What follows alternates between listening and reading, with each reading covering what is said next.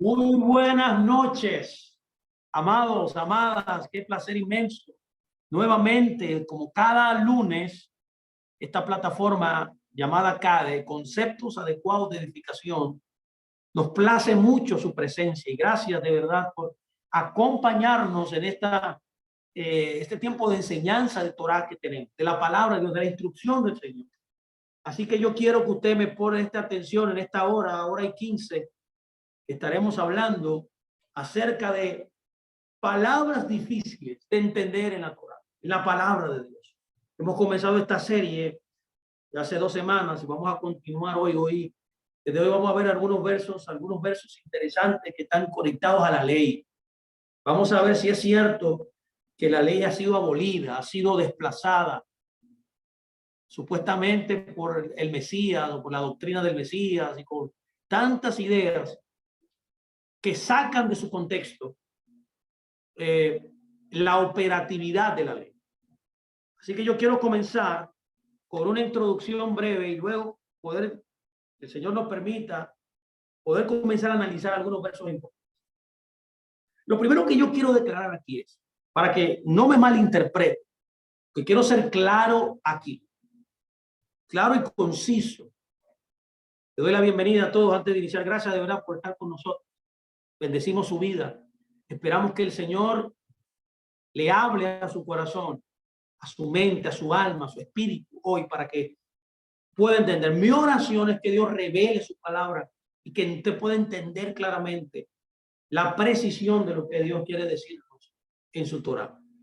Ahora bien, yo quiero ser preciso en lo que quiero decir. Y es que la salvación solo es por Yeshua. La salvación, para que me entienda, solo viene por Jesús y solamente por gracia. La salvación es a través de Yeshua, Jesucristo, el Hijo del Dios viviente, y solo es por su gracia. No hay otra manera, mi amado. Esto debe ser claro. Es porque una de las tendencias que tiene todo el ser humano es la búsqueda de la justificación por medio de actos a través de las obras que él hace. Mucha gente en el cristianismo mal interpretado que cuando alguien enseña de la ley, está hablando acerca de que ya está añadiendo obras para salvarse. Eso se llama legalismo, eso es otra cosa. A todos en algún momento de nuestra vida, nuestra conciencia nos acusaba y señalaba como culpables delante de Dios. Había algo en nosotros que decía muy claro en nuestro interior que éramos pecadores.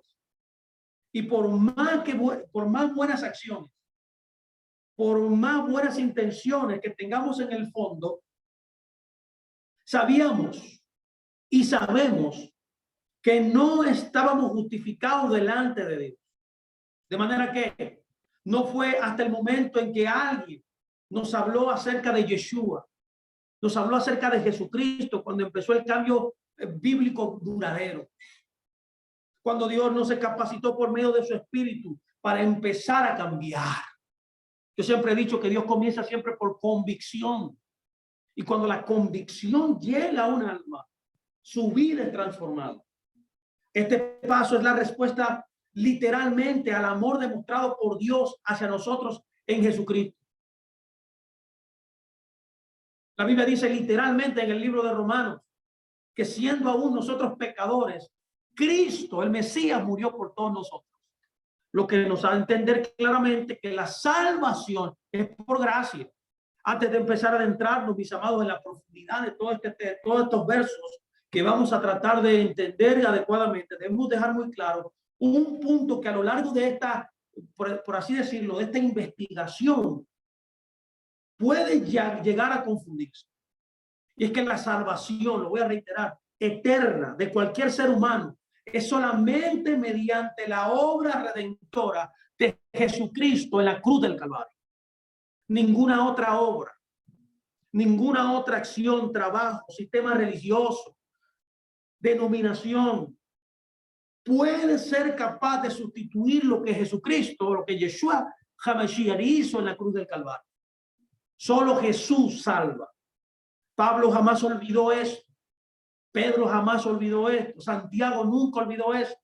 Y nosotros tampoco, mis amados, hoy aquí, y las personas que van a oír esta transmisión, esta enseñanza, todos deben entenderlo y todos deben hacerlo. No podemos y no necesitamos añadir algo nuevo a nuestra salvación. Usted no es capaz de añadirle a la obra que el Señor hizo. La obra para nuestra salvación está completa. Por eso Yeshua dijo, cuando él estaba a punto de entregar su alma, su espíritu, él dijo, consumado es.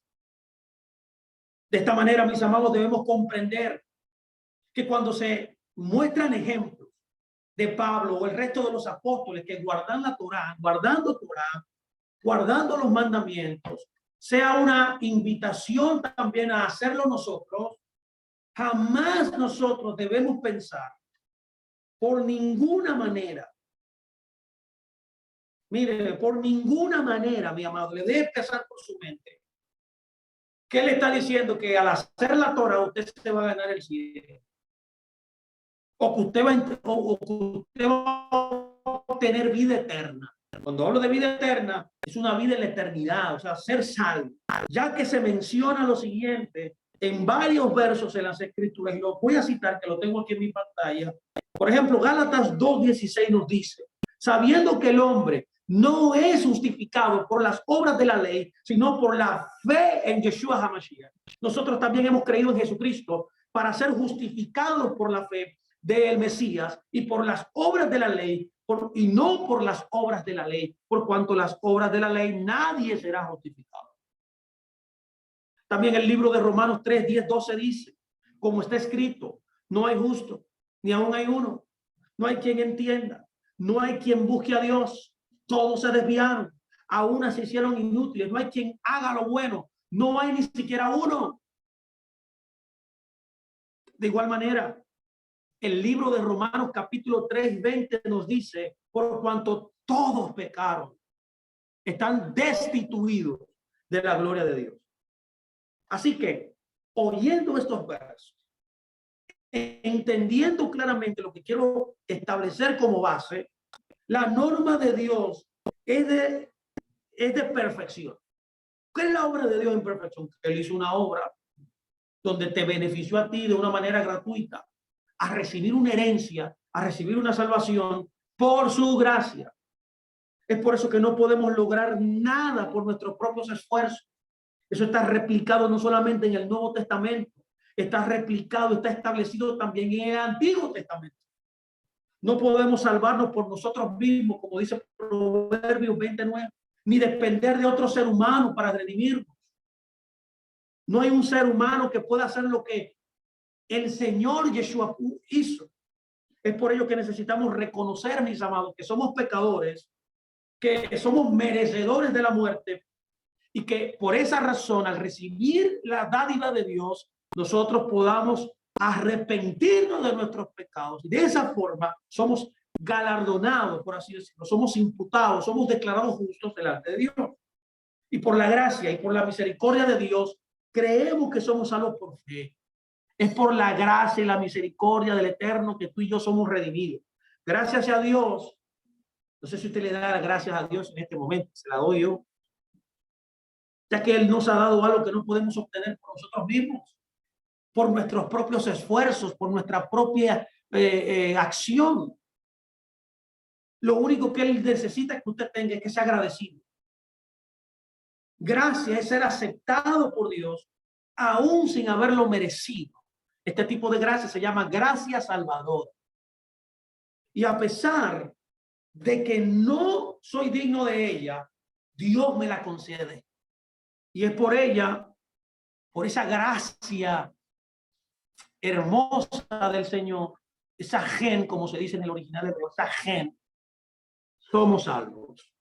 Jesucristo es la única forma por la que alguien puede ser salvo. Tener acceso a todos los beneficios de Dios, del cielo, a todo lo que Dios ha dispuesto, la vida eterna, la salvación de tu alma. Es imposible hacerlo por medio de tus propias acciones, por medio de otra persona, por medio de otro mediador o por alguna religión, ya que mis amados, mis amadas, hay mucha evidencia en las Escrituras, como la que voy a mencionar ahora, que nos dan un entendimiento preciso.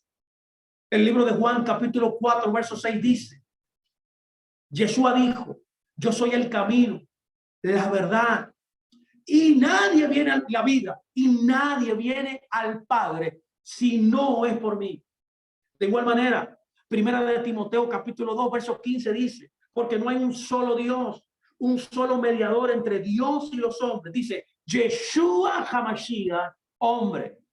De igual manera, Juan 3, 16, 17, el verso más famoso en toda la Escritura, dice, porque de tal manera amó Dios al mundo, que ha dado a su Hijo unigénito, para que todo aquel en él cree no se pierda, mas tenga vida eterna, porque no envió Dios a su Hijo al mundo para condenar al mundo, sino para que el mundo sea salvo por él. De la misma forma, el apóstol Juan, en el verso 17, capítulo 3 de su libro, dice, y esta es la vida eterna, que te conozcan a ti, el único Dios verdadero, y a Yeshua HaMashiach, a quien has enviado.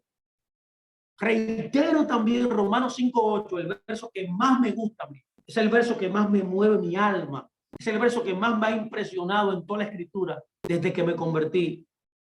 Y lo tengo como un lema siempre. Y en mi recuerdo es el que dice, mas Dios muestra su amor para con nosotros, que siendo aún nosotros pecadores, aleluya, el Mesías murió por nosotros.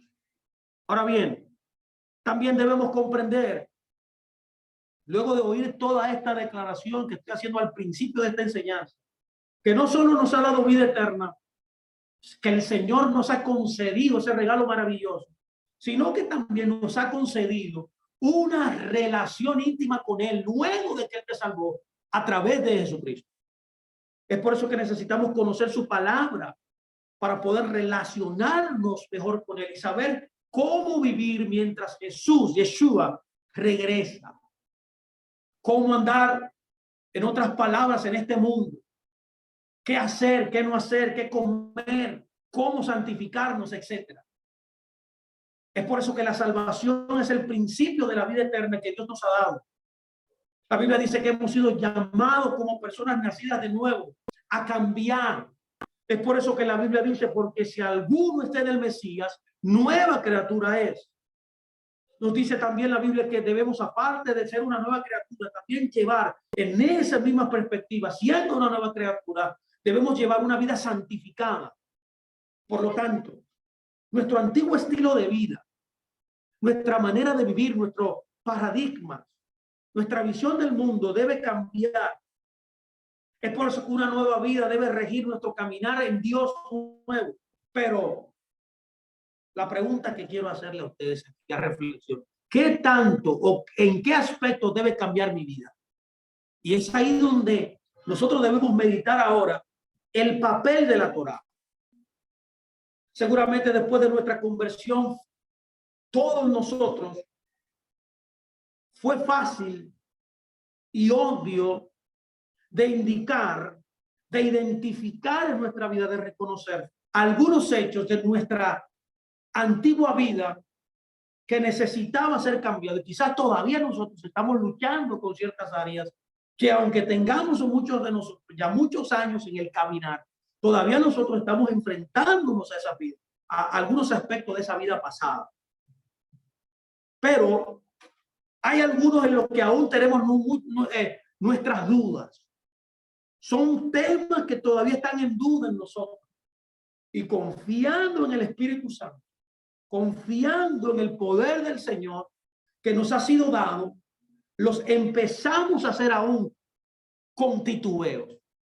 Espero que esta enseñanza que acá comenzamos, bueno, estamos continuando, o sea, estamos dando una perspectiva nueva, enfocándonos en la Torá, en la ley. Este trabajo de enseñanza sirva también para aclarar esas dudas y llevarnos a conocer mejor cómo hacer la vida, cómo vivir la vida, una vida más apegada a la palabra de Dios, una vida consagrada, que es lo que yo creo que todos nosotros deseamos. Entonces, Fernando, una cosa es salvación, que es lo que he venido diciendo desde el principio. Una cosa es salvación, la cual espero que en esta secuencia sea cuestionada. Lo voy a repetir: su salvación es por gracia. Sí, por fe, no por ninguna obra que usted haga. Y otra diferente, vivir en santidad. Son dos cosas distintas. Una cosa es la salvación del alma. Y una cosa, mi amado y mi amada, es vivir una vida apartada para Él. Una vida de santidad. Vivir una vida de santidad, lo voy a recalcar, es diferente a ser salvo. Ya que Dios desea que vivamos consagrados a Él, que Él es el primero, Él es la autoridad mayor, Él es nuestro estándar. Por esto era necesario y evidente que todos nosotros naciéramos de nuevo y que recibiéramos su espíritu para poder lograrlo.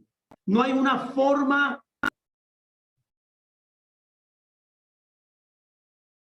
en nuestra existencia de lograr ser salvos si no nacemos de nuevo.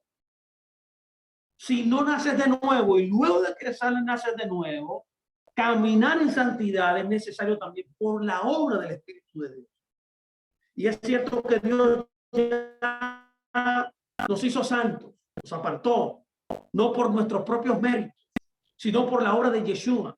Pero a lo que me refiero, cuando yo hablo de los segundos aspectos de nuestra vida de creyente, que es la santificación, es apartar nuestras vidas del pecado día a día y vivir conforme a lo que está escrito por el poder del Espíritu Santo en la Biblia. No quiere decir algo bueno o perfecto, sino alguien que ha sido justificado por Dios, pero en su vida la vive en santidad, es decir, apartándose de todo lo que lo haga pecar. Un ejemplo de esta idea la encontramos claramente en la Biblia. Póngame mucha atención. Dios tomó a un pueblo que vivía en esclavitud, que vivía en el pecado, en Egipto, como siervo de Faraón. Y a través del milagro, los prodigios poderosos, los sacó de la esclavitud por el Mar Rojo. Un símbolo del bautismo. Y los hizo su esposa. Lo llevó a la montaña y se casó con él mediante la entrega de la Torá. La Torá es un certificado matrimonial que Dios le dio a Israel para que pudiera aprender como un pueblo libre, como la esposa que le pertenecía al Creador, porque él la había libertado. Él le dio la Torá para que esa esposa de él pudiera vivir libre, siendo ya libertada, o sea, salva del pecado, ya que del mundo, Egipto representa el mundo, el pecado, las trabas del mundo. Cuando tú vienes al Señor, que Él te liberta, Él te salva. Él lo que hace es que te lleva a la montaña, y en la montaña, luego de 3 meses, como llevó al pueblo de Israel, lo lleva a la montaña y le entrega la Torá. La Torá es un fenómeno que se le entrega a un pueblo libre. Solamente un pueblo libre puede recibir Torá para ser apartado, para casarse y ser la esposa de Dios en la tierra. Era esa herramienta que necesitaba el pueblo para que cuando Dios le diera la tierra, ellos pudieran permanecer libres del pecado. Otro texto que nos muestra claramente que la salvación es mucho más que el fin. La salvación no es el fin. La salvación es el medio.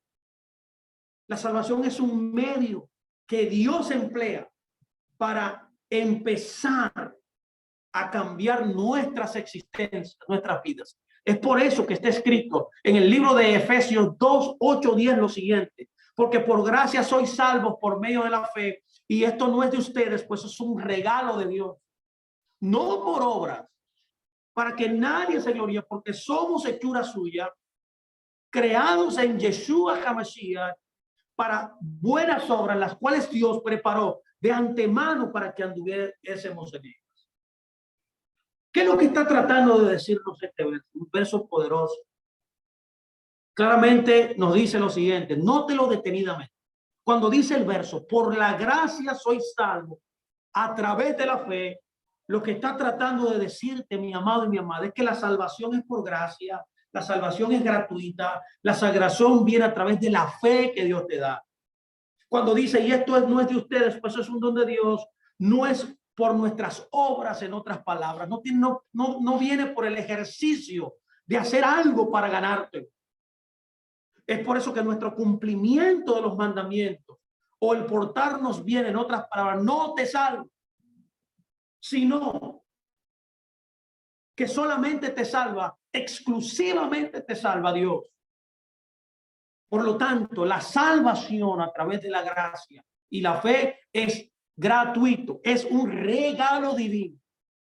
Y luego dice, no por obras, para que nadie se gloríe. Dice, significa que nadie puede, absolutamente nadie de los que estamos aquí, de los que oirán esto, de la humanidad completa, cuando recibe la gracia de Dios a través de la fe, nadie puede jactarse, nadie puede presumir de ser justo delante de Dios por lo que hace.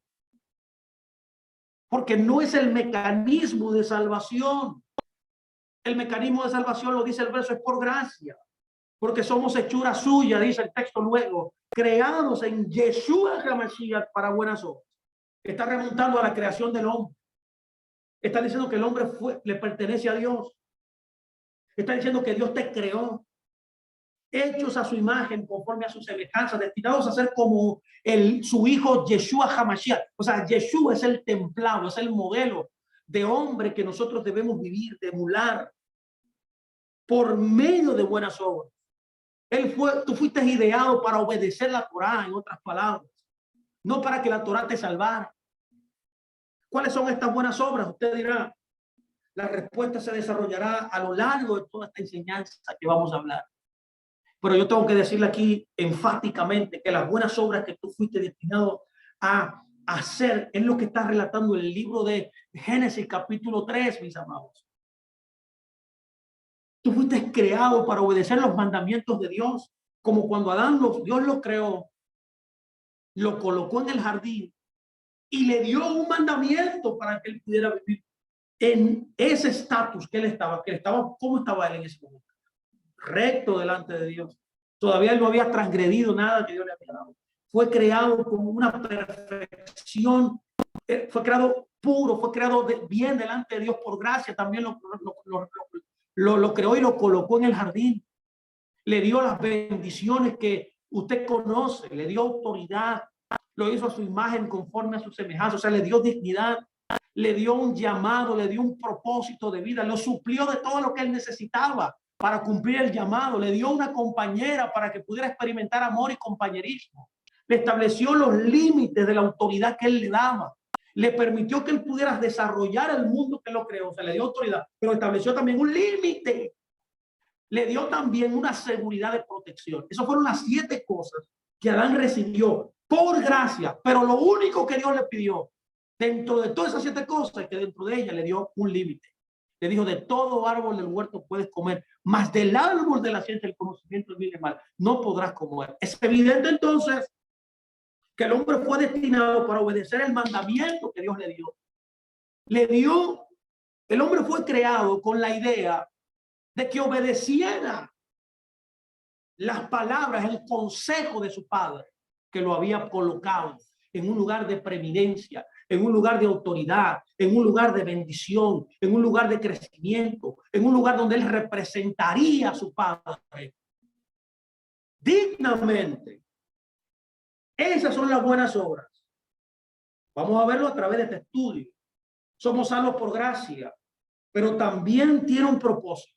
¿Cuál es? Andar en buenas obras, como dice el resto del versículo. ¿Qué es lo que está diciendo esta parte? Porque somos hechuras suyas, creados en Yeshua HaMashiach para buenas obras. Es que él está visualizando lo que pasó en el Edén, cuando él creó al hombre. Lo creó perfecto, lo creó digno, lo creó con propósito. El hombre no había pecado. Fue luego que el hombre transgredió. Esas son las buenas obras que el hombre fue preparado a hacer. ¿Cuáles fueron? Obedecer a su padre. El verso termina diciendo, las cuales Dios preparó de antemano. Usted ve que este diseño trasciende el tiempo, trasciende el espacio, que el hombre viva en buenas obras, que es la obediencia a los mandamientos, que no te salvan, que te dan la certeza de que estás bien delante de Dios, que te da certeza de que tú vives en la gracia de Dios, que te da certeza que tú estás bien delante de Él, fue pensado antes de crear al hombre. Fueron hechas de antemano para que tú anduvieras en ella. Este texto nos muestra claramente que Dios ya tenía prevista nuestra salvación, pero también tenía previsto las obras que tú ibas a hacer, por las que Él quiere que tú y yo andemos todos los días en nuestra vida, en todas las facetas, en todas las áreas de nuestra existencia. Por lo tanto, una persona salva puede saber que las obras que debe hacer, que fueron preparadas de antemano, son hechas por Dios, vienen del corazón de Dios, anteceden el tiempo y el espacio y te certifican que tú eres el Hijo de Dios en esta tierra. Si tú, como hijo de Dios, adoptas esta visión, estarás cumpliendo el propósito de tu vida. ¿Cuál es el propósito de tu vida? La idea que Dios tenía antes de crearte que tú ibas a hacer. Todo lo que Él había, de una manera perfecta, había diseñado para que tú experimentaras en esta vida. Salvación, pero también santificación. La salvación siempre fue por gracia. La creación también. Pero la santidad, el vivir para Él, mi amado, es por obedecer los mandamientos de Dios. Eso es lo que yo quiero hablar. Por ejemplo, si tú adoptas un niño que vive en la calle, que no tiene reglas, que no tiene normas, que no tiene educación, vas a tratar de mostrarle cómo vivir. No solo se trata de rescatarlo, de darle alimento, de darle vestido, de darle abrigo, de darle techo. No, mi amado, no se trata solamente de eso, sino también de enseñarle a comer, de enseñarle a comportarse, de enseñarle a hablar, de enseñarle a vivir una nueva vida apartada de esa indigencia que había experimentado por tanto tiempo. Hay que educarlo, hay que enseñarle normas y reglas. Exactamente lo mismo hizo Dios con su pueblo y lo sigue haciendo en el día de hoy. Eso no ha variado.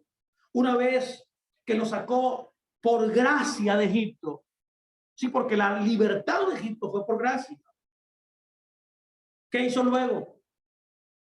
Le dio su instrucción. Inclusive, literalmente ahí nos habla de que podemos identificar a cuál Dios nosotros debemos seguir. La montaña identifica el verdadero Dios.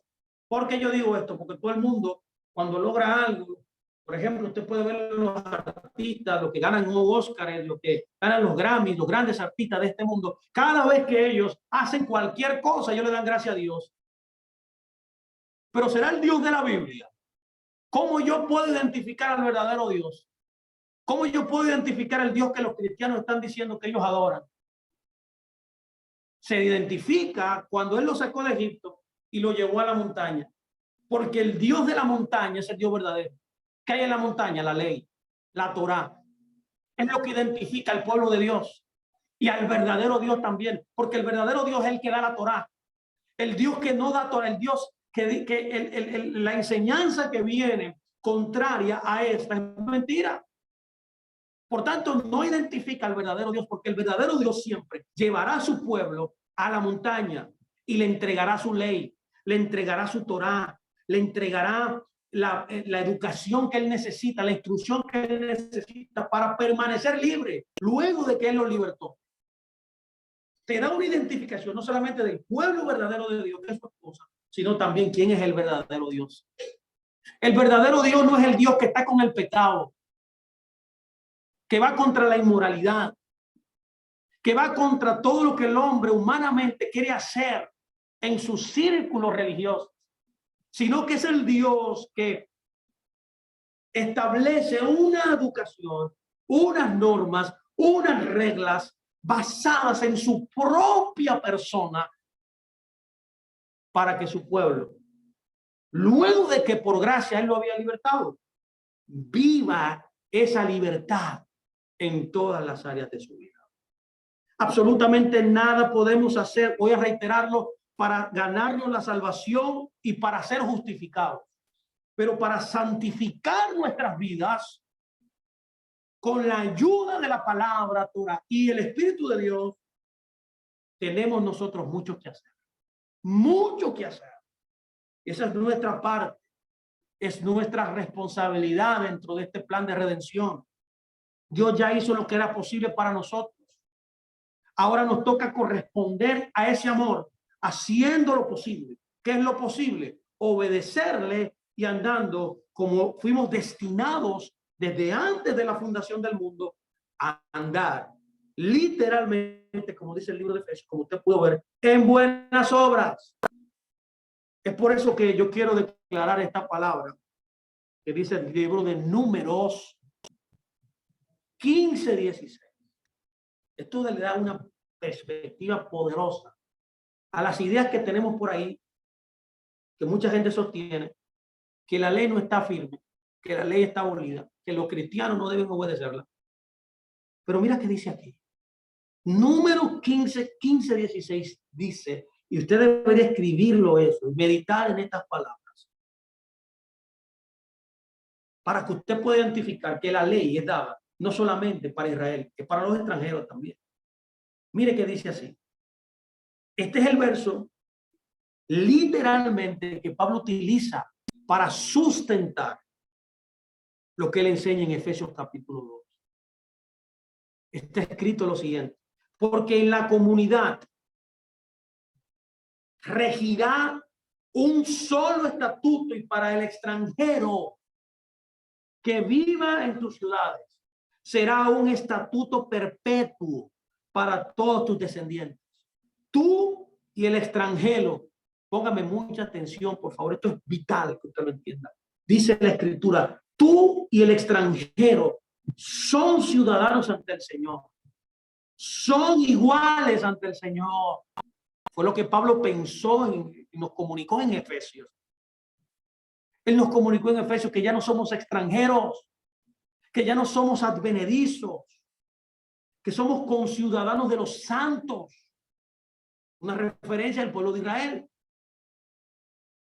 Ya que todos, cuando nosotros nos convertimos viniendo de las naciones, o sea, siendo gentiles o siendo gentiles ya, porque ya los que hemos recibido al Señor ya no somos gentiles, no somos paganos, que es el término correcto para poder identificar y de traducir esta palabra, gentil.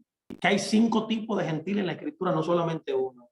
De manera que yo tengo que saber que ya cuando me recibo la salvación, ya yo no soy gentil, ya yo soy un creyente, ya soy un ciudadano de los santos. Eso es lo que Pablo está tratando de decir. Pero Pablo está tomando Números 15:16 para poder establecer su Torah. O sea, Efesios 2 es un midrash de Números 15:16. Lo normal, lo siempre fue hecho en el Nuevo Testamento. Toda doctrina, para poder ser sustentada en el Nuevo Testamento, tenía que mencionarse de lo que habían estudiado y lo que ya estaba establecido, que estaba en el Antiguo Testamento. Es por eso usted debe hacerse siempre la pregunta: ¿dónde está? ¿Dónde está esta palabra en el Antiguo Testamento? Cada vez que usted ve una enseñanza en el Nuevo Testamento, debe preguntarse: ¿en qué lugar del Antiguo Testamento se encuentra? ¿De dónde es que Pablo, Pedro, todos los apóstoles, Yeshua también, está sacando esta enseñanza? Siempre debe enfocarse que ya fue dicha primero. Todos los principios bíblicos, todos misioneros, mencionen cualquiera, todos están primero en el Antiguo Testamento. Ya que hay una continuidad perfecta, como usted está pudiendo ver, para establecer la santificación de un ser humano. Es por eso que dice: tú y el extranjero son iguales ante el Señor. Usted ve que no hay diferencia. Usted ve que aquí no hay una teología de reemplazo que quite un pueblo por otro, que saque un pueblo ventaja del otro, que el otro pueblo sea diferente al otro en estatus delante de Dios. No, aquí establece la igualdad de ambos pueblos. Tú tú en el sentido del pueblo de Israel que fue libertado, los descendientes directos de Abraham y Jacob, pero también los extranjeros que se conectaron al pueblo de Dios. Usted puede notar que desde el Antiguo Testamento el patrón ha sido igual. Los extranjeros se convertían al Dios de Abraham y Jacob, se adherían al pueblo de Israel y por tanto al adherirse al Dios de Abraham y Jacob se constituían en Israel inmediatamente. No se estaban formando una nueva religión.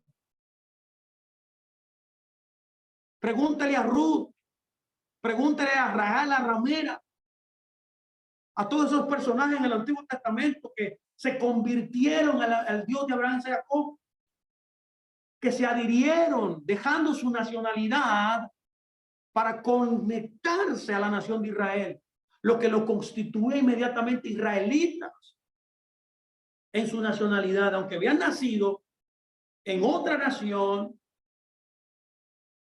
Al aceptar al Dios de Israel ya eran parte de la nación de Israel. Así que el verso dice, así que la misma ley y el mismo derecho regirán. Óigame las palabras que utiliza este verso. Dice ley y derecho. Es un estado de derecho para todo el mundo que entre a ser parte del pueblo de Israel. Los regirán no solamente tendrán el mismo derecho porque son parte de una sola nación, sino que también la ley los regirá. La Torá, la enseñanza, para salvación. No, porque ya ellos habían sido salvos, habían sido redimidos de Egipto. Ahora, ¿para qué, Fernando? Para vivir una vida santa. Una vida que le agradara a Dios. Una vida luego de haber sido redimidos, poder vivir conforme a la Torá, a los lineamientos de Dios, que son un reflejo terrenal de su misma persona. Las leyes son expresadas en ordenanzas, en decretos, en estatutos, en juicios, los atributos mismos del Creador. De manera que el verso dice, así que la misma ley y el mismo derecho regirán. Qué hermosa escritura, tanto para ti como para el extranjero que viva contigo. Esto es un verso importante que usted debe tomar en cuenta a la hora de establecer el criterio correcto de cómo Dios revela su palabra. Lo voy a reiterar, la salvación es por gracia, pero la santificación no.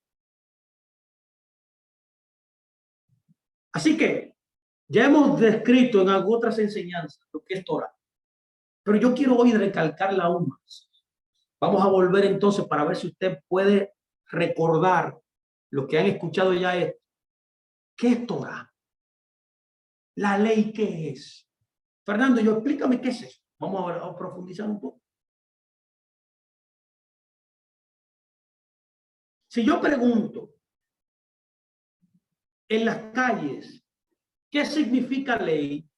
Tal vez nos encontramos respuestas como justicia, equidad y juicio.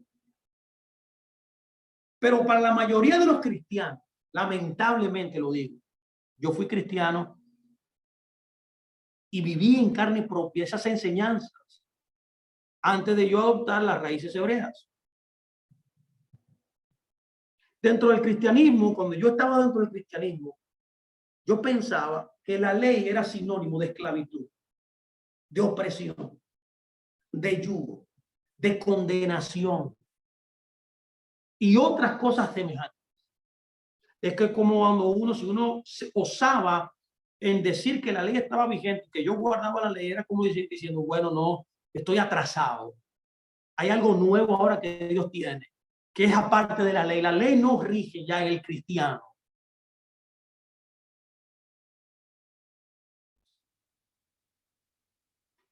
Pero sí, yo no quiero ofender, mira, yo no quiero ofender a nadie, pero sin deseo de ofenderle,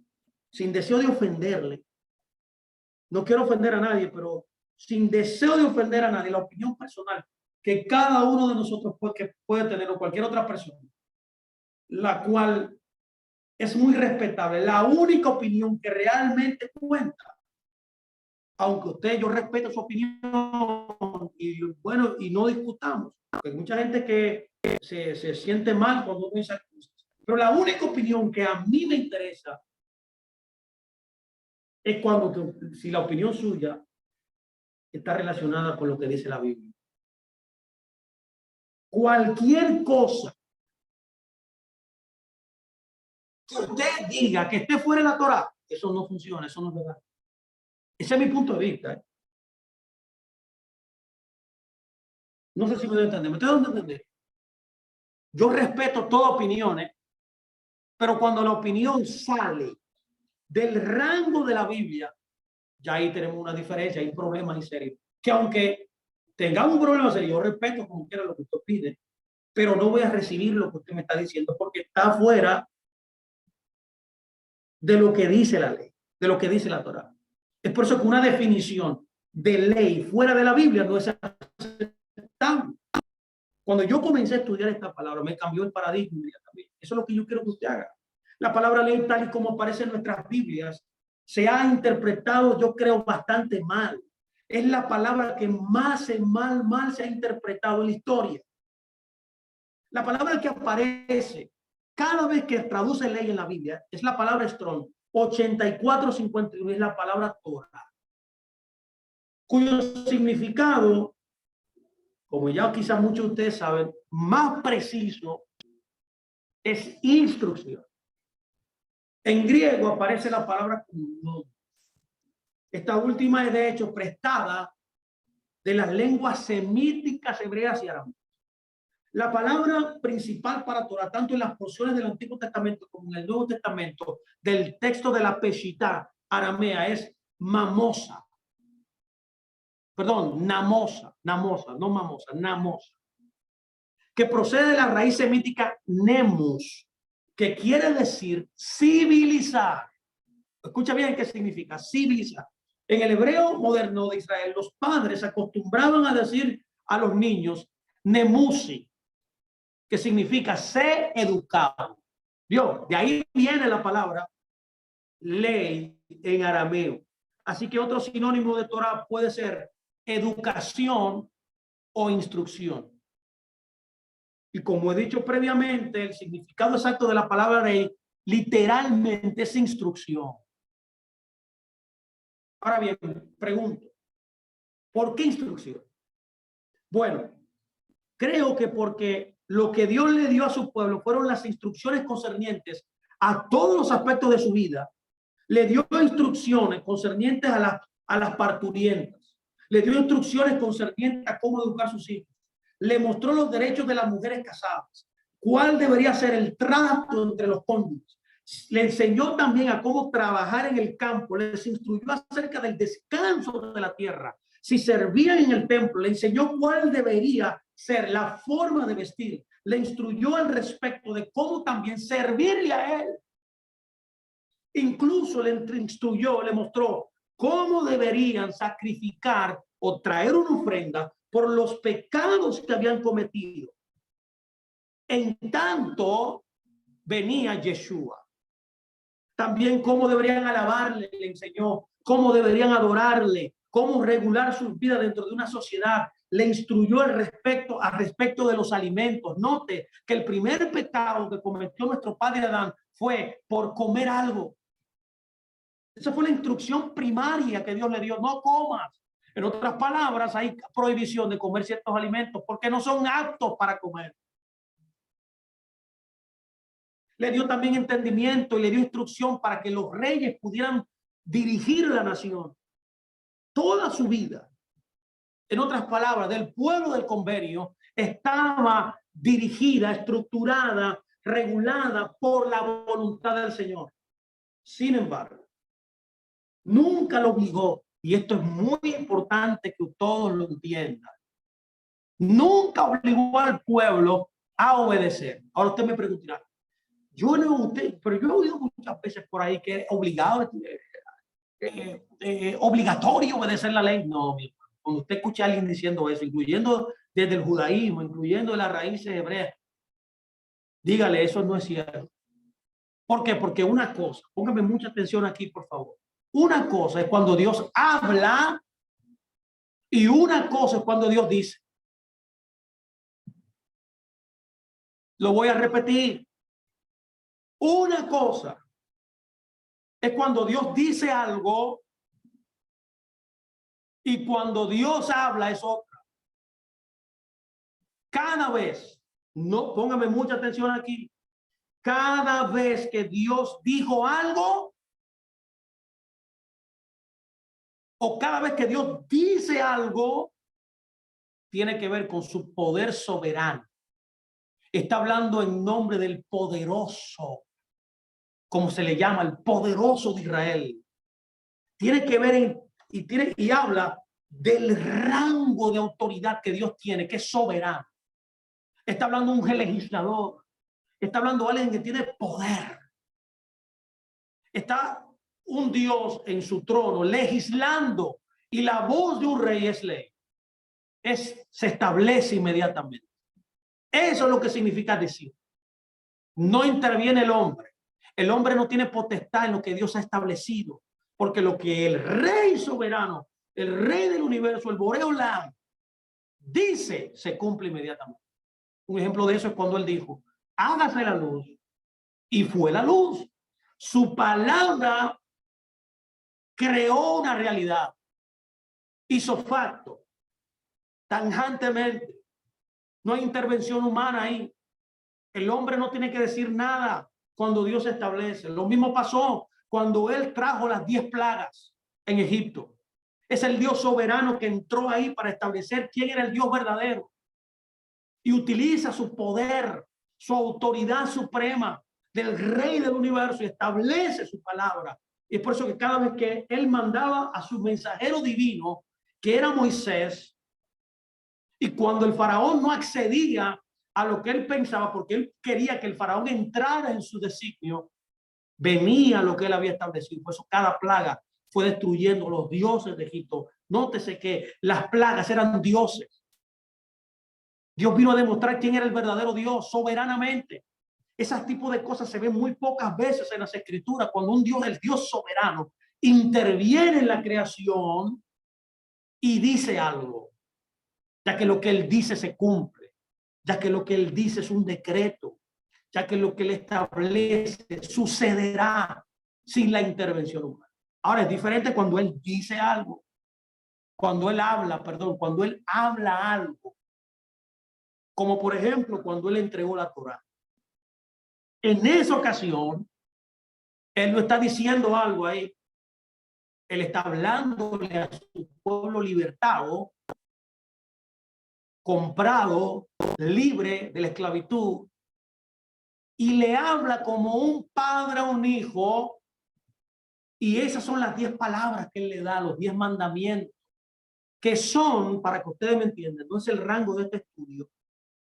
Algún día podremos verlo profundamente, como enseñan los sabios de Israel. Los 10 mandamientos son las 10 categorías donde todos los otros mandamientos están incrustados. Qué hermoso es eso. Este tema me apasiona. Son enunciados, son la carátula de todos los otros mandamientos que pertenecen a uno de esos rangos. Qué hermoso es esto. Ahí él está hablando. En vez de decir los 10 mandamientos, la traducción original debería ser las 10 palabras. Las 10 palabras. Porque le está hablando un padre a un hijo para que su hijo obedezca a los mandamientos, que un padre amoroso que quiere que su hijo le vaya bien, que es el estándar para que él sea santo, para que él tenga una buena relación con él, para que le vaya bien. Es lo mismo que, es la misma metáfora de un padre. ¿Qué padre quiere que a su hijo le vaya mal? Cuando tú le hablas a un hijo tuyo y le das un consejo, ¿tú quieres que tu hijo le vaya mal? No. Ahora, ¿tú obligas a tu hijo a que te obedezca? No. Porque te desobedezca o no haga lo que tú le dices, dejará de ser tu hijo. No. Ahora te le irá mal. Vendrán calamidades a su vida. Vendrán cosas que el padre le había aconsejado que le vendrían si él no se dirigía por lo que su padre le estaba diciendo. Es la misma cosa con Dios. Esas son sus palabras para nosotros. Es por eso que él no obliga a nadie a obedecer sus mandamientos. Debe nacer de un corazón agradecido, un corazón que ya ha entendido la gracia de la salvación que él le dio. Eso debe moverte, debe cambiarte, debe nacer de adentro del agradecimiento para obedecer y para entender que fuiste destinado a ser santo y que tu padre está en el negocio de la santidad porque él es santo. Él mismo dice, yo soy santo. Es por eso que los ángeles le llamaban santo, santo, santo en Isaías 6. Es porque la santidad es un atributo del Padre y Él quiere impregnarla, comunicarla, establecerla en sus hijos también. Y la autoridad, el medio para poder hacerlo es la obediencia personal, libre, de un pueblo libre que entiende quién es y quién es su Padre y por eso camina en los consejos de su Padre. Siempre, en otras palabras, el pueblo conservó su libre albedrío con amor. Les enseñó la bendición de hacerle caso, así como las consecuencias de tomar otro camino. Siempre los amó, siempre le ha sido fiel, aún ellos, aunque nosotros no lo somos. Y sin embargo envió a su hijo amado, su propio hijo, a dar su vida. Todo esto es sin duda literalmente una prueba del mayor amor que existe. No hay mayor amor que alguien entregue su vida por otro.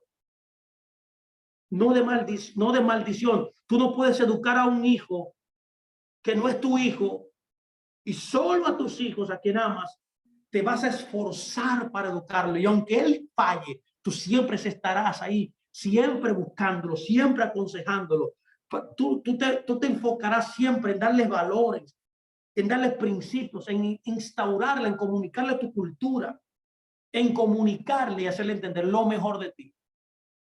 Así que el decir que la ley fue dada únicamente para mostrarnos nuestro pecado es un tanto infantil.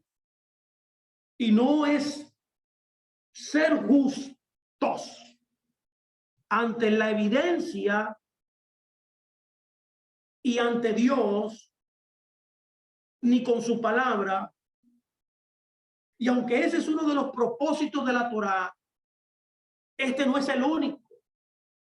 Y sería como decir literalmente que la comida solo nos fue dada por Dios para llenarnos. La comida fue dada solamente para llenarnos, para quitarnos el hambre y no tomar en cuenta los beneficios que recibimos de la comida, como los nutrientes, las vitaminas, las calorías que nos dan energía, que nos dan anticuerpos, incluso nos dan la habilidad, nos da la gracia de disfrutar de la amplia variedad de sabores a degustar. ¿Qué nada más rico que una piña? ¿Qué nada más rico que un mango? ¿Que una maracuyá? ¿Que una papaya? Dígame. O sea, tú no puedes minimizar que el alimento solamente tiene una función, es igual a la ley. Lo que Dios dejó como legado para la humanidad, literalmente fueron las instrucciones de Dios, fueron su Torá, para que todo ser humano que de corazón, libre, sin coacción, entendiendo para quién es, para qué está aquí, entendiendo cuál es su propósito en la vida, le buscase y supiese la manera directa, práctica de obedecerle y llamar. El amor solamente es posible cuando se obedece a la Torá. Efesios 2 nos enseña que ahora somos conciudadanos, como dije. Por lo tanto, como parte de la ciudadanía necesitamos una instrucción que nos guíe. Y la Torá es la que rige la vida de su pueblo. A diferencia de las constituciones de otros países, la constitución dada por Dios es perfecta. Y por tanto no necesita perfeccionar, no se necesita reformar, no se necesita perfeccionar. No se le necesita abrogar, quitar artículos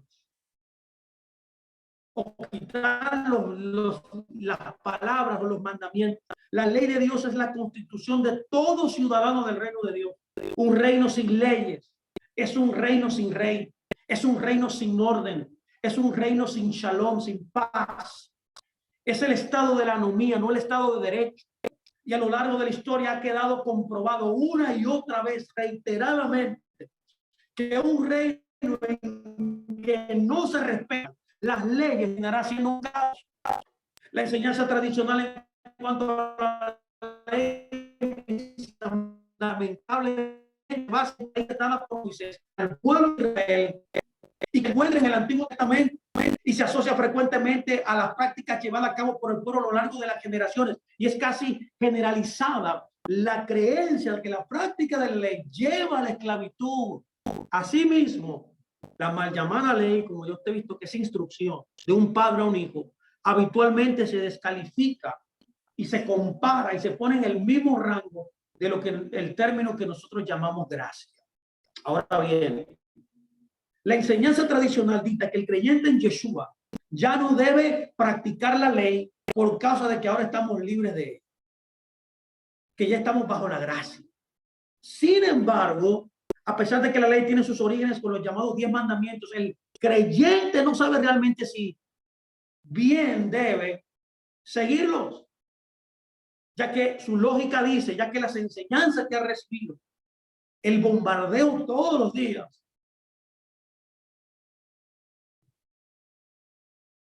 y que su lógica dice que sí. Eso fue lo que me pasó a mí. Eso fue como comenzó la duda a entrar en mí cuando yo comencé a caminar en estos caminos. Yo estoy leyendo algo en la Biblia que me dice otra cosa a la práctica que estamos llevando aquí. Ahí dice guarda el Shabbat, ahí guarda la fiesta. Y en el Nuevo y en el Antiguo Testamento, mi amado, lo dice, en todos los lugares lo dice. Y la práctica que yo vivía no era otra. De manera que cuando se cuestiona, por tanto, si se debe aceptar la Torá, la respuesta clásica que se encuentra es de un no por los líderes de nuestras congregaciones. Entonces se encuentra ante un gran conflicto, como yo me encontré y como muchos también se han encontrado a través de la historia, por lo que es necesario que intentemos aclarar este punto. Y esa es la razón por la que el Espíritu de Dios nos está trayendo la ley nunca fue dada. Póngame mucha atención para que el hombre fuera salvo por ella. ¿Cuántas veces uno va a entender esto? ¿Cuándo vamos a entender, claro, esta creencia, este entendimiento es una herejía? Es un insulto a la Torá, es un insulto a Dios. Es una aberración de la Torá, del entendimiento correcto, sino lo que ella dice que condena al hombre del pecado. Ella es la que enseña cómo el hombre pecó. Dios nos dio la ley para enseñarnos a cómo vivir correctamente, para darnos su identidad, para que vivamos y tengamos un comportamiento diferente a aquellos que no la conocen, para vivir conforme a su voluntad una vez que ya somos salvos.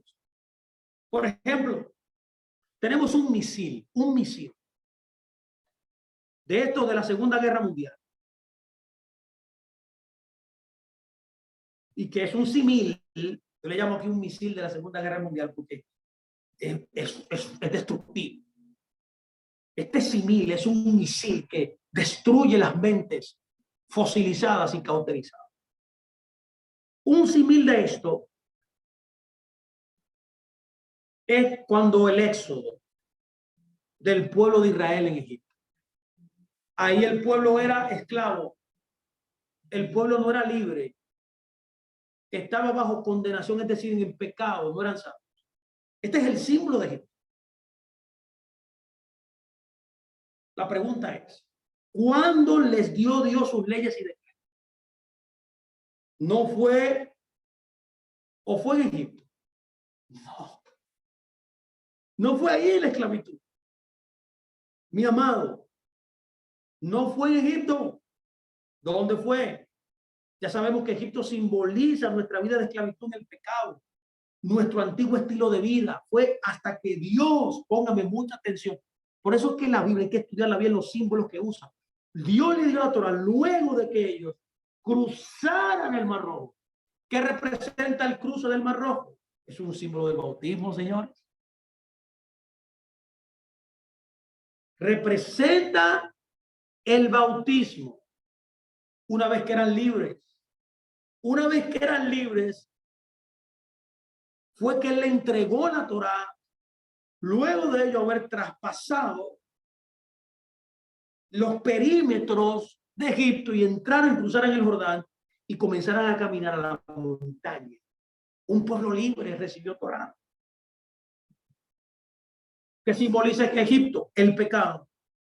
Sin embargo, si le preguntasen a un creyente salvo, ¿debe aceptar los 10 mandamientos?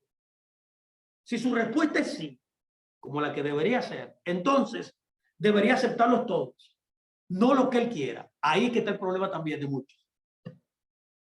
Muchos eligen sus mandamientos preferidos. Y es muy tradicional que el cuarto mandamiento no se acepta. Ahora la pregunta es, ¿qué capítulo y qué versículo sustenta que ese mandamiento ha quedado derogado? Y si el creyente dice que ya está libre de la Torá, entonces debería desechar los 10 mandamientos. Y si el creyente, por tanto, permite todo lo que prohíben estos, y ahora no ha encontrado a algún osado que diga esto último, sin embargo, y bajo la lógica de que estamos libres de la ley, entonces como consecuencia deberíamos estar libres de, también de cumplir los 10 mandamientos. Y aún más, por ejemplo, el más grande mandamiento y el segundo que aún el mismo Cristo confirmó. Esta disyuntiva de práctica de los 10 mandamientos parece un poco importante, por lo que en esta secuencia que vamos a comenzar desde el día de hoy, es importantísimo que tengas la oportunidad de que tu conocimiento sea renovado y entonces ejercer tu libertad. Yo siempre digo esto, que cuando yo estoy expuesto a una verdad, tú tienes dos opciones: de hacer lo que Dios te está diciendo, o de quedarte en tu religión, o de quedarte en el status quo que siempre tú has vivido. Por eso es que Dios trae personajes como yo y en todos los predicadores y todos los maestros que Él está levantando en el mundo, en esta generación, para poder levantar la Torá. ¿Por qué lo está haciendo en el día de hoy de esta manera? Porque estamos en los postreros días. Porque ya está profetizado que en los postreros días Dios extraería y le mandaría enviados para hablar de estas verdades y produciría en el mundo el fruto debido de obedecerle a Él, que es la obediencia literal a los mandamientos. Esta es la generación donde se levantará un remanente que obedecerá y dará fruto. ¿Cuál es el fruto? La Torá, mis amados. De manera que, y sobre todo, la perspectiva de que la Torá es un yugo pesado, como muchos han dicho, y difícil de llevar. No, que la Torá es difícil, que la Torá esclaviza, y que es algo que va en contra de la gracia, puede ser renovado en este estudio. Yo le garantizo que si usted escucha bien con los oídos correctos, usted verá que no hay un verso que enfrente la gracia y la ley. ¿Cómo usted puede pensar que lo contrario a la gracia es la ley? Eso es imposible. Lo contrario a la gracia es la desgracia, es caer de la gracia. ¿Acaso la Biblia no dice, cuidado para que no caigan de la gracia? Mucha gente no sabe que se puede caer de la gracia. ¿Qué es lo contrario a la ley? ¿Es la gracia? No, lo contrario a la ley, a la instrucción de Dios, es la anomía, la no ley, la anarquía también puede llamarse, la interrupción del Estado de Derecho, que dice el número, porque una ley y el derecho será para todos igual, dice, para todo el que ha creído en el Dios de Israel, que es su pueblo, La ley y el derecho son para todos. De manera que, mis amados, un punto importante a recordar aquí es que la Biblia es una unidad. Y el autor intelectual de Génesis a Mateo es el mismo de Gálatas y el mismo de Deuteronomio, por lo que no puede tener un criterio sobre un término y después cambiarlo. Dios no es esquizofrénico, Dios no es oligofrénico, Dios no es bipolar, mis amados. Él dice, yo no cambio, yo soy el mismo, ya que por principio para Dios no hay tiempo como si lo hay para nosotros. Él es el mismo ayer, hoy y para siempre. Por lo tanto, sus palabras son él mismo, no varían. Con esto queremos decir que el mismo concepto que se tiene de la Torá en el Antiguo Testamento es el mismo concepto que debe imperar en el Nuevo. Si reflexionas en esto, te darás cuenta que generalmente tenemos conceptos diferentes de la Torá en el Antiguo Testamento y el Nuevo Testamento en nuestros círculos religiosos. E incluso vemos a un Dios, como mucha gente lo entendió, como Marción lo entendió, y que enseñó estas cosas, que entró dentro del cristianismo. Tenemos un Dios diferente en el Antiguo Testamento. Yo tengo que decir hoy que eso no debe ser visto así, que eso no es lo que es la evidencia de las Escrituras. Decíamos que la única opinión válida, y lo reitero de nuevo, ilegal que se tiene sobre la ley, es la que dictamina ella misma. Ella misma se dictamina ella misma se explica ella misma. Esa es una regla de interpretación de la Torá, que la misma Escritura define la Escritura. No son nuestras ideas, nuestros deseos, nuestras experiencias que delimitan y definen un concepto en la Biblia. Lo que determina un concepto en la Biblia es lo que ella misma dice, ya que el autor intelectual de ella es Dios. Entre algunos de los atributos que se describen en la Torá, en la Biblia sobre la ley, están los siguientes. Número 1, produce libertad. Eso está en el Salmo 119 y también en Santiago 1:25, que la llama en el Nuevo Testamento la ley de la libertad. También dice la Biblia que produce gozo. El Salmo 19:8 lo dice, pero también lo dice el Salmo 119:47. La Biblia dice en el Salmo 19:7 que la Torá convierte el alma, cambia el alma. También dice el Salmo 1:2-3, dice que la Torá produce fruto. Es necesario que usted entienda también que las bendiciones que usted va a recibir en esta existencia es por la ley. Eso está escrito en el libro de Deuteronomio del 1 al 14. Y Dios nos aconseja al final de esa escritura que elijamos la obediencia a la Torá, dice. También la Torá en Deuteronomio 4:6-4, 6:8 nos dice que la Torá produce alabanza y admiración de otros. Cuando alguien ve que una persona obedece los mandamientos de Dios, esa persona, al ver que alguien obedece los mandamientos de Dios, se admirará de usted. También la Biblia dice en Proverbios 6:23 y en el Salmo 19:5, dice claramente que esto es una escritura clásica que se utiliza inadvertidamente, porque ahí lo que está hablando de la ley es que dice que la ley es luz y lámpara a nuestros pies. Está tomando un modismo hebreo o algo cultural que en los países orientales, ya que los trabajadores comienzan a trabajar muy temprano, ellos se ponen lámparas en sus pies amarrados con una correa de cuero. Y a eso se refería.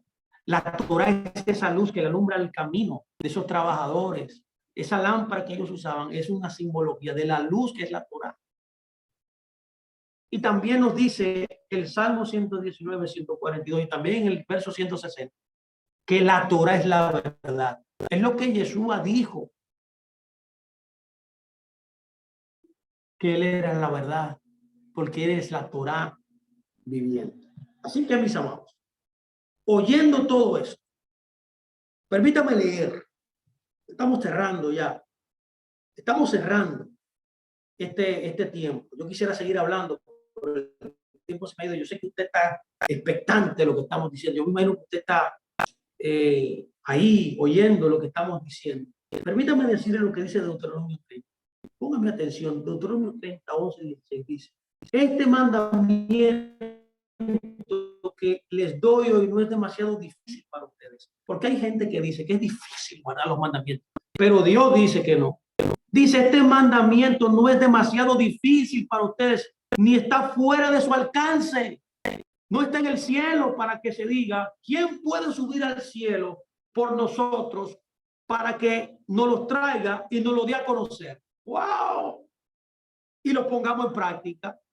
Tampoco está del otro lado del mar para que se diga, ¿quién cruzará el mar por nosotros para que nos los traiga y nos lo dé a conocer y lo pongamos por obra? Al contrario, lo voy a reiterar, la Torá no es difícil. No está en el cielo, está en la tierra. Al contrario, dice, el mandamiento está cerca de ustedes. Está en sus labios, está en sus pensamientos, para que puedan cumplirlo. Miren, hoy les doy a elegir entre la vida y el bien. Por un lado, la muerte y el mal. Por el otro, si obedecen lo que hoy les ordeno y aman al Señor su Dios, que es literalmente proporcional a obedecer su mandamiento, ya que amar a Dios es preferirlo a Él, inclusive por encima de ti mismo, y sigue sus caminos y cumple sus mandamientos, leyes, decretos y decretos, vivirán y tendrán muchos hijos. Y el Señor, su Dios, los bendecirá en el país que van a ocupar. Mire, yo voy a dejarlo hasta aquí. Lo voy a dejar con esta introducción poderosa, esta charla que hemos tenido en el día de hoy, para poder continuar el próximo domingo. Yo sé que usted está en la expectativa. Vamos a examinar unos versos que ustedes han sacado fuera de contexto, han sido entendidos incorrectamente, pero era importante nosotros poder tener este colchón, esta base, para sostener todo lo que nos dice. Pero voy a reiterar, la ley no fue creada para salvación. La ley fue creada para que usted sea santo. Son dos conceptos diferentes. Es por eso que cada vez que yo lea un verso, no debo entender que aquí nos está diciendo que yo no debo obedecerla, que yo no debo seguirla, porque ella no fue dada para que usted sea salvo. Ella fue dada para que usted viva en rectitud, conforme al camino que Dios estableció, conforme a la verdad que Él quiere que usted viva. Es lo que Él espera de usted. Es su deber como ciudadano del reino de Dios, como una persona que ha sido rescatada del pecado y que ahora está en el reino de Dios. Que fuiste traspasado de la oscuridad a la luz, que estás ahora en un reino inconmovible y que debes regirte ahora por el consejo de tu propio Padre, que pagó el precio que tú no podías pagar, que dio a su Hijo unigénito para que todos nosotros que estamos aquí, todo el que va a escuchar y toda la humanidad pueda recibir salvación y pueda caminar y vivir lo que Él quiere que tú vivas para que te vaya bien. Nace de un corazón rendido, agradecido, un corazón que se deja entrenar, que se deja dirigir, un corazón libre, en otras palabras, y que camina basado en el fundamento de la palabra de Dios. Yo voy a dejar hasta aquí. Gracias por escuchar estas palabras. Que el Eterno los bendiga a todos y que el Eterno pueda añadir gracia, bendición a sus vidas. Un abrazo a todos, mis amados. Shalom. Shalom, shalom.